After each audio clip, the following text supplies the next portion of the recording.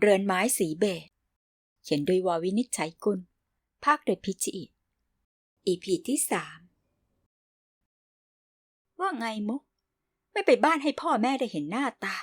จนแทบลืมไปแล้วว่ามีลูกคนนี้กับเขาด้วยนี่คือวิธีการทักของคุณแม่จริงๆแล้วคุณแม่ไม่ได้หมั่นไส้อะไรมุกมากมายนักหรอกแต่เพราะคุณแม่มักถือมุกเป็นตัวแทนของคุณย่าซึ่งไม่เคยเข้ากันได้ตามแบบแม่ผัวลูกสะใภ้คุณแม่มาหานายแม่หรือคะมุกยกมือไหว้ไม่พยายามชวนทะเลาะด้วยแต่คุณแม่มาหาในวันนั้นด้วยอารมณ์ไม่ค่อยดีเสร็จแล้วไม่ว่ามุกพูดอะไรก็เลยฟังเป็นรวนไปหมดนี่เธอจ๋าคุณแม่ลากเสียงมองมุกด้วยความขวางเต็มแก่ถามหน่อยได้ไหมมีครั้งไหนฉันอยากมาเยี่ยมนายแม่ของเธอฉันมาทวงลูกสาวฉันอยากนานเท่าไหร่แล้วไม่ไปหาแม่หาพ่อทำอะไรอยู่มุกจะไปทำอะไรที่บ้านคุณพ่อคุณแม่คุณพ่อไม่เคยมีเวลาอยู่บ้านถึงคุณแม่ก็เหมือนกันออกงานกุศลไม่เว้นแต่ละคืนพี่เขาก็ไปเที่ยวกับเพื่อนไปค้างกับแฟนกลับบ้านทีไรมุกก็นั่งเหงาอยู่คนเดียวเปิดเทอมแล้วนี่คะมุกเรียนหนัก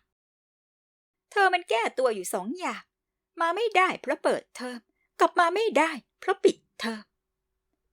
คุณแม่แวดกลับมา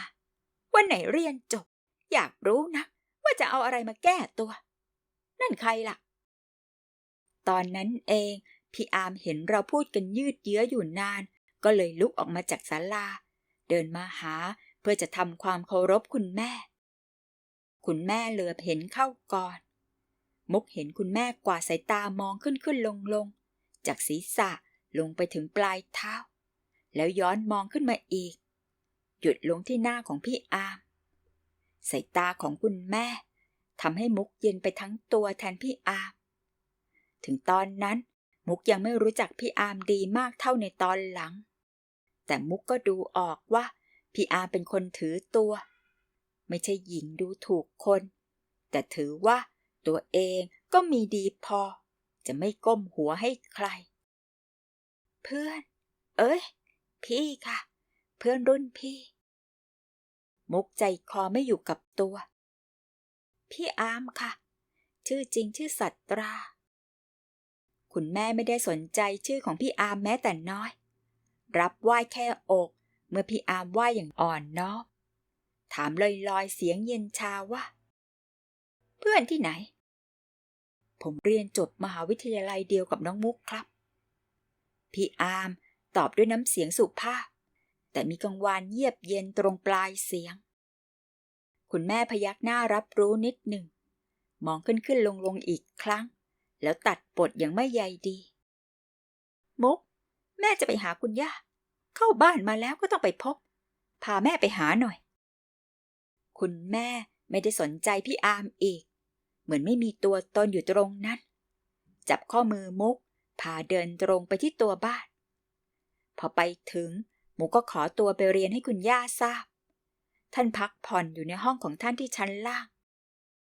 คุณแม่เรียกป้านินไว้ให้พูดด้วยแล้วถามเสียงดังๆไม่เก็บเสียงในคนหัวโล้นคนนั้นว่าเป็นเพื่อนยายมุกคุณย่าปล่อยให้มานั่งคุยสนิทสนมอยู่ด้วยได้ยังไงท่าทางเหมือนทิศศึกใหม่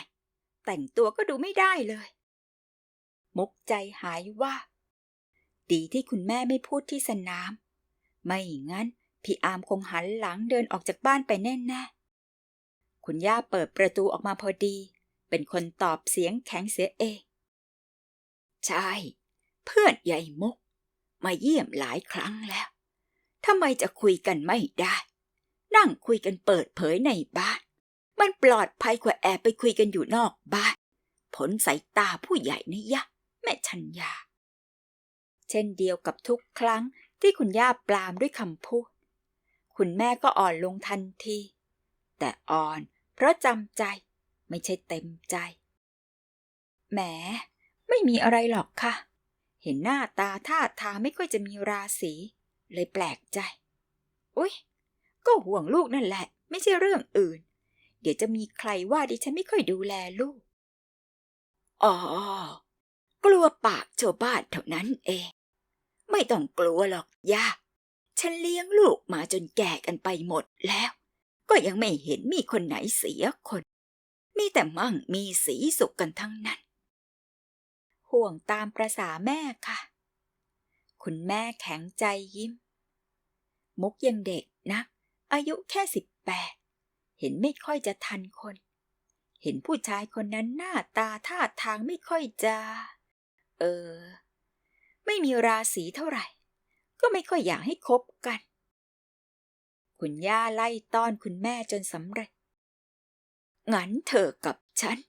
ก็มองเห็นคนละอย่างกัน พวกดิบที่นั่งรถ10 ล้าน15 ล้านเข้ามาในบ้าน ฉันไม่เห็นมีราศีตรงไหน ส่วนผู้ชายที่บวชให้ยายเขาถึงเชยไปหน่อยในสายตาเธอ ก็ไม่เชยในสายตาฉัน คุณแม่คะคนบวชสมัยนี้เอามาวัดความดีความไม่ดีกันไม่ได้แล้วล่ะค่ะ ไม่เห็นหรือคะเป็นข่าวลงหนังสือพิมพ์เกือบทุกวันในวัดน่ะยิงกันฆ่ากันเอาผู้หญิงไปอยู่ด้วยมีวิดีโอโป๊โอ้ยแค่คิดก็กลัวจะตาย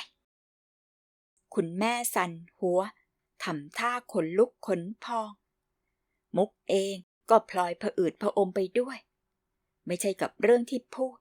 แต่กับท่าทางของคุณแม่มารายงานข่าวหนังสือพิมพ์ให้ฉันฟังทำไมถ้าเพื่อนยายมุก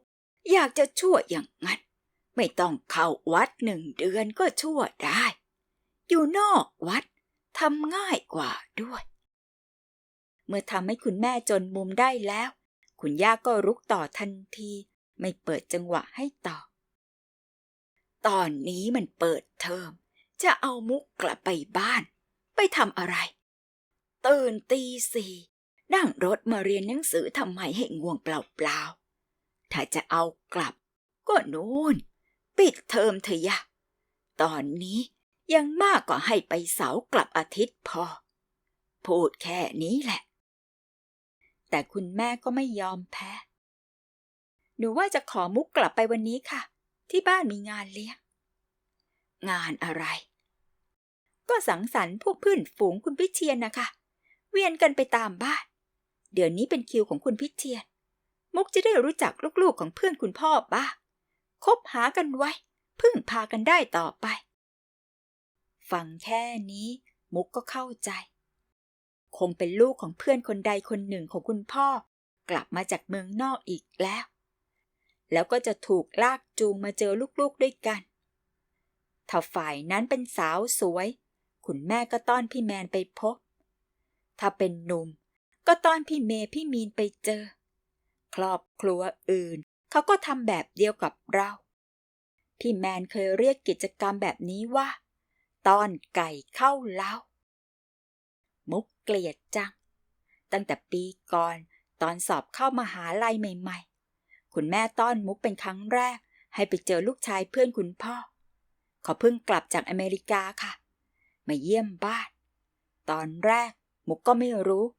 จนเข้าไปในงานถึงรู้เพราะคุณแม่พามุกไปแนะนำกับพ่อแม่เขามุกค่ะลูกสาวคนเล็กคนนี้เรียนเก่งค่ะแกอยากเรียนให้จบปริญญาตรีก่อนค่ะถึงจะไปต่อโทเมืองนอกอย่างพี่ๆพ่อแม่เขาก็เรียกลูกชายมาแล้วปล่อยมุกให้ทำความรู้จักกับเขามุกอับอายแทบมุดดินเพราะเขามองมุกขึ้นลงตั้งแต่หัวจดเท้าแล้วหันไปพูดกับพี่เมย์น้องของเมย์ไม่เห็นเหมือนพี่สาวชอบอาบแดดเหรอเห็นผิวคนละสีกับเมย์ไม่เหมือนค่ะมุกตอบสะกดเสียงเอาไว้ทั้งที่เดือดพล่านเราเป็นตัวของเราเองเขามองหน้ามุกเมื่อสบตาที่เคยใครบอกว่าคมและดุยามจ้องเขาก็หลบหน้าเจือนๆลงไปบ้างหลังจากนั้นเขาก็ไม่พูดกับมุกอีกเลยเดินถือแก้วเหล้าไปคุยกับสาวอื่นๆในงานอย่างไม่แยแสทำท่าปลื้มๆด้วยซ้ำที่ใครๆก็เป็นฝ่ายกรี๊ดเขามันแย่มากนะคะมุกรู้สึกเหมือนตัวเองถูกต้อนไปให้ดูเหมือนแม่วัวอะไรสักพัน แล้วเขาก็ประเมินว่าไม่ซื้อถ้ามุกเป็นแม่วัวยังดีสักกว่ายังไงมันก็ไม่รู้จักอายจนหน้าชามุกจะไม่อายอย่างนี้เลยถ้าพ่อแม่ไม่เป็นฝ่ายร่วมมือกับเขาเอามุกไปให้เขาดูแบบนี้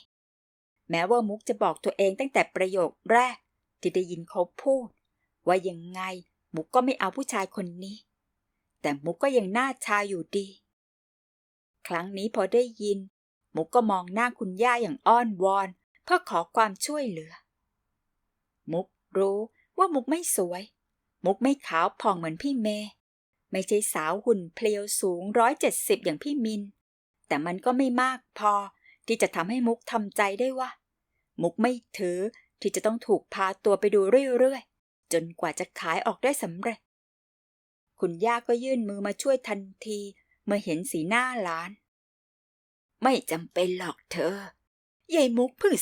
18ไม่ต้องพาไปให้ผู้ชายดูตัวบ่อยนักก็ได้ออกงานซ้ำหนักเข้าเดี๋ยวกลายเป็นของเก่าฉันไม่ชอบให้หลานฉันเป็นสินค้าคุณแม่จำใจต้องกลับไปอย่างกระฟัดกระเฟี้ยพอลงจากตึกมาเจอพี่อาร์มยืนดูต้นไม้อยู่ข้างสนามคุณแม่ก็ได้ท่าระบายออกกับมุกอยู่กับนายแม่ของเธอไปเถอะคงได้ดีเข้าสักวันชอบวุ่นวายกับวัดเหลือเกินนี่คงได้ทิศศึกใหม่มาประดับบ้านเขามั่งล่ะคุณแม่พูดอะไรก็ไม่รู้มุกเหลืออดใจหายใจคว่ำกลัวพี่อาร์มจะได้ยินเอ๊ะเด็กคนนี้คุณแม่ทำเสียงต่ำแต่กลาดเกลี้ยว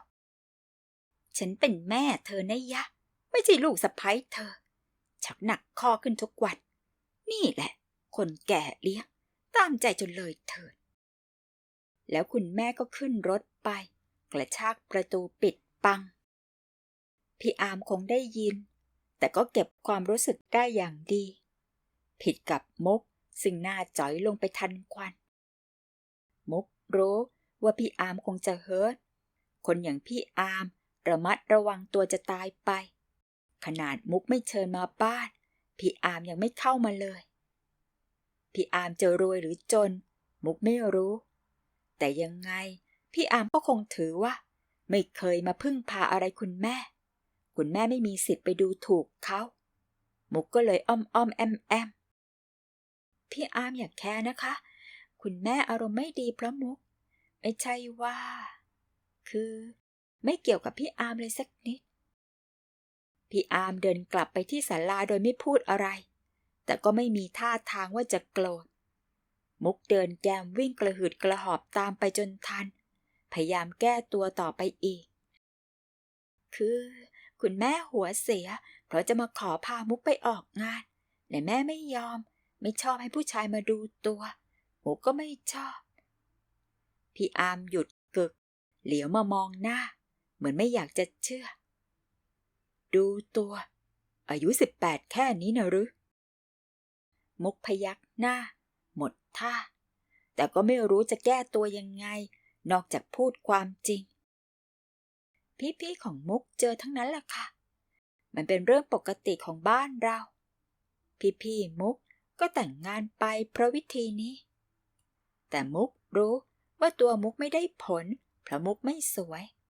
ถ้าพี่อาร์มเห็นพี่เมย์พี่มินจะเข้าใจพี่มายอีกคนนั้นแต่งงานไปแล้วนะคะสวยมากทุกคนเลยพี่อาร์มยังคงมองมุกรู้ว่าพี่อาร์มเชื่อคำพูดเพราะสายตาไม่มีแววเย็นชาอย่างครู่ก่อนเสียงของพี่อาร์มอ่อนลงใครว่ามุกไม่สวยสายตาของพี่อาร์มทำให้มุกรู้สึกเก้อแต่มุกก็หัวเราะให้เป็นเรื่องเล่น กระจกวิเศษค่ะมุกส่องทุกเช้าทุกเย็นเลยพี่อาร์มไม่ยอมเล่นด้วยยิ้มของพี่อาร์มดูอบอุ่นขึ้นมาอีกครั้งหนึ่งงั้นกระจกวิเศษจะบอกเดี๋ยวนี้ล่ะว่ามุกสวยมากสวยที่สุดที่ความเป็นตัวของมุกเองไม่ต้องไปสนใจว่าจะเหมือนใครเป็นอย่างที่มุกเป็นนี่ล่ะดีแล้วพี่อาร์มไม่พูดมากกว่านั้นมุกเดาว่าพี่อาร์มหายเฮิร์ตกับคำพูดของคุณแม่แล้วแม้ว่ามุก ยังไม่ทันขอโทษสักคำเดียวมีคุณย่าหนุนหลังแบบนี้จะช่วยคู่นี้ได้หรือไม่เดี๋ยวมาตามกันต่อใน EP ที่ 4 EP สุดท้ายนะคะ